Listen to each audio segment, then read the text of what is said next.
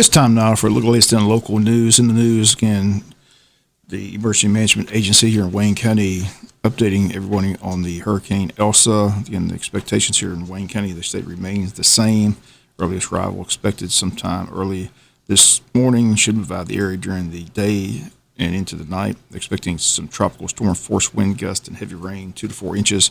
Possibility of tornadoes associated with the storm. Please be prepared to have all outdoor items secured that would have the possibility of blowing around. If you have furniture and outdoor equipment on your patio or deck, they ask you please secure them. Don't forget trash cans, grills, toys, and potted plants. Keep them from becoming flying objects, can cause additional injury or damage during the storms with high winds.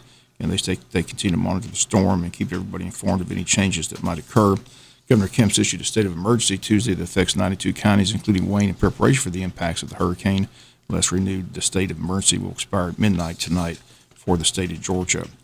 County meeting was canceled Monday due to a death in the administration office as one of the ladies who worked for the county passed away Thursday. Nan Bull, age 56, suffered a heart attack last week and yesterday passed away from complications from that incident.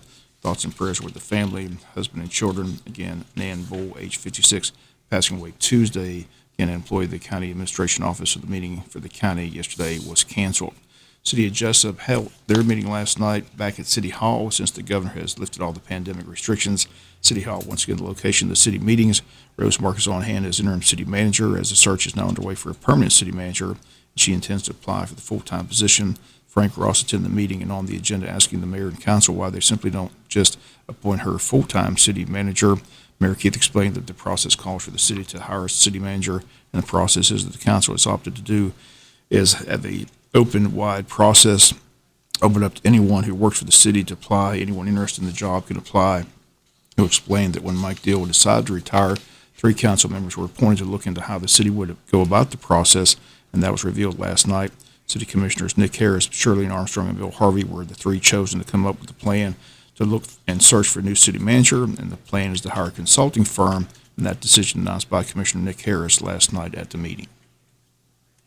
One of those things was to help find a company or consultants to help us hire a new city manager. And I think the reason why we're doing this is to do the best of what's best for the city of Jesup. There's no one on this board that has regularly hired a CEO of a $21 million company, and that's basically what the city of Jesup is.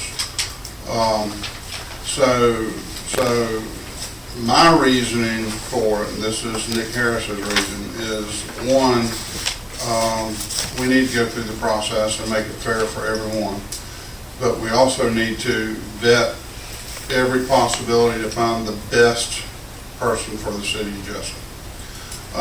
So with all that said, we recommend hiring the Mercer Group Associate, which is a Reddish executive search.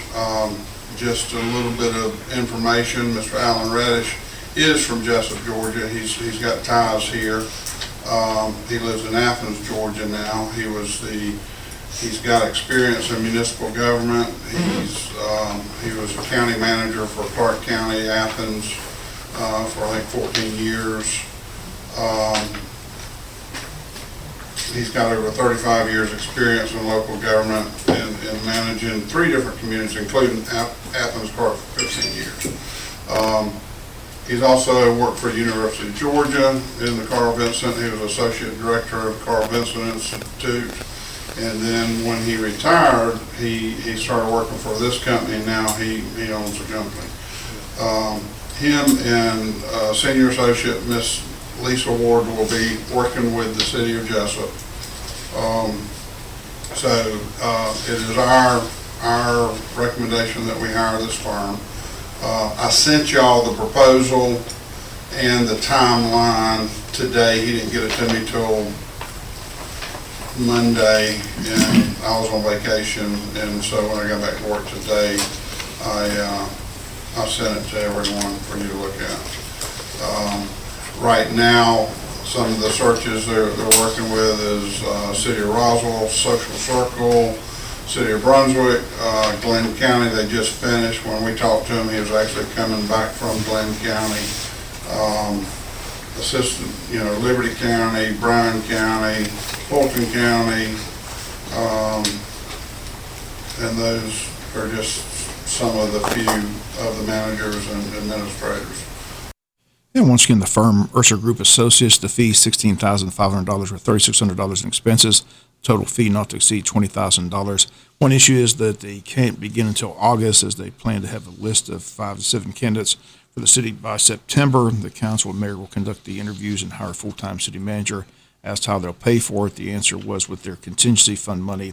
So that's the plan laid out Tuesday. The search to fully begin in August. A full-time city manager hired by the end of September or sooner, depending on how well the process goes. Once again, Rose Marcus has stated that she is interested in being the full-time city manager and will apply for the position. Other news from the meeting last night, City Fire Chief Josh Huffman on hand with an update on fire protection. Says he met with Richard Johnson with the county. The suggestion is to form a committee with 2 City of Jesup commissioners, 2 county commissioners, mayor and administrator, come up with a long-term plan for city and county fire protection. Meanwhile, the City of Jesup doing its part to keep its ISO rating at a 4. They plan to hire 3 more firefighters. Other 2 items that they have to do, a training facility and a ladder truck.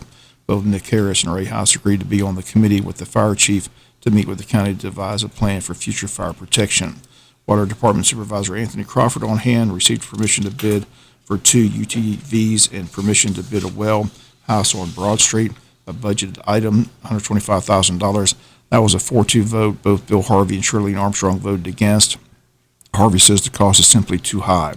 Council approved rezoning request for land on First Street from R2 to C3 for an eye doctor's office. The vote unanimous, already approved by the rezoning board. Map J30 parcel 84 and map J30 parcel 58. That's a look at your city council meeting from Tuesday night. We'll be back with more news after this word from our sponsor, the commercial messages, so please stay tuned. In other news, Sheriff Chuck Mosley announces multiple arrests that were made recently in reference to ATVs stolen from Wayne and Pierce County. Detective Brandon Sellers of Wayne County Sheriff's Office and Detective Brad Kickleiter of Pierce County Sheriff's Office worked the cases that spanned Wayne County, Pierce County, and Long County. Corporal Brandy Crosby also made a traffic stop that led to the recovery of one of the stolen ATVs. Multiple ATVs were ultimately recovered. Some of the cases were connected to the same theft ring. Other cases were individual incidents. Cases are still under investigation. Could lead to future arrest and additional charges. Following people have been arrested and charged: Kyle May, age 22 of Jesup, theft by receiving stolen property, 2 pending warrants for theft by taking. 19-year-old Dennis Woodcock of Jesup, theft by receiving stolen property. 21-year-old Alexander Acosta of Jesup, theft by receiving stolen property. And 20-year-old Jonathan Blocker of Jesup, theft by receiving stolen property. Sheriff's Department says they want to thank Detective Sellers, Corporal Crosby, and Detective Kickleiter for their hard work. I also want to thank the citizens of Wayne County for their assistance in the case. Anyone with information regarding criminal activity in Wayne County is encouraged to contact the Sheriff's Office at 427-5970 or 427-5992. Larry Lee, who was convicted of the Malice murders or the Jones murders back in Wayne County in the mid-'80s, but later had that conviction sentence tossed on appeal, has now been recommended for the Georgia Department of Corrections Work Release Program. This is a program that provides a transitional environment prior to release from prison. Should he successfully complete the work release program, he'll then be released to the community supervision. The department is asking if anyone wish to express an opinion or express any views about this possible transfer. You're asked to write or call the Department of Corrections. The toll-free number is 1-800-593-9474. The address is Office of Victim Services, 2 Martin Luther King Jr. Drive, Southeast Balcony Level, East Tower, Atlanta, Georgia, 30334. Again, Larry Lee, tried and convicted of the Jones murders, also guilty of murder in Glenn County, which he continues to serve his sentence, but soon could walk out of prison if he completes the work release program. Once again, if you want to call the Office of Victim Services and express an opinion, that toll-free number, 1-800-593-9474. We'll be back with some final news notes after this word from our sponsor, the commercial messages, so please stay tuned. Final notes and news: Jimmy Arnold and Cindy Hughes are organizing the Shield Appreciation Dinner Thursday, July 22nd at 5 p.m. at Calvary Baptist Church Social Hall. It's for all police, firefighters, EMS, and their families, all welcome. Again, it's taking place Thursday, July 22nd at 5 p.m. If you need more information, please call Jimmy Arnold at 912-424-0232 or Cindy Hughes at 912-266-7377. High school cheerleaders will host a 2021 Junior Jacket Cheer Camp July 26th to 30th from 9 until noon in the high school commons area. Camp's open to children from 3 years of age up to 8th grade. Costs $65 before July 5th, $75 after July 5th. Campers may also register at the door. See a Wayne County High School cheerleader for camp forms or contact Katie Ward at wayne.k12.ga.us for more information. Once again, the cheer camp, July 26th to the 30th from 9 until 12 noon in the high school commons area. And the Chamber of Commerce still selling tickets to their 9th annual Legacy Dinner set for Thursday, August 19th at 7 p.m. at the Pine Forest Country Club. And if you need more information, call the Chamber. Tickets for members are $75. Tickets for guests $100. Again, they ask that you RSVP by August the 12th.